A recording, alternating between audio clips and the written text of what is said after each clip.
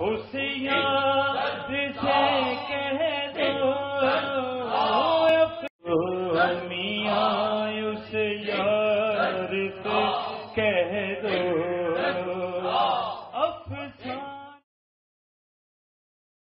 درود مدنی۔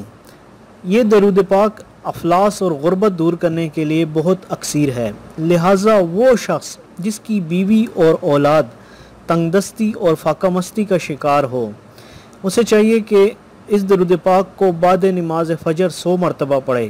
انشاءاللہ تعالی بہت جلد تنگ دستی سے نجات پا کر غنی اور دولت مند بن جائے گا۔ جو شخص اس درود پاک کو جمعے کی رات کو تہجد کے وقت 313 مرتبہ پڑھے اور 7 جمعہ تک یہ عمل جاری رکھے، اس کی ہر حاجت پوری ہوگی۔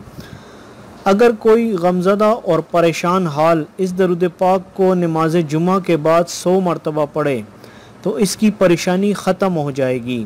اس درود پاک میں حضور صلی اللہ علیہ وسلم کی ازواج مطہرات اور آپ صلی اللہ علیہ وسلم کی آل کا ذکر ہے، اس لیے اسے درود مدنی کہا گیا ہے۔ بسم اللہ الرحمن الرحیم۔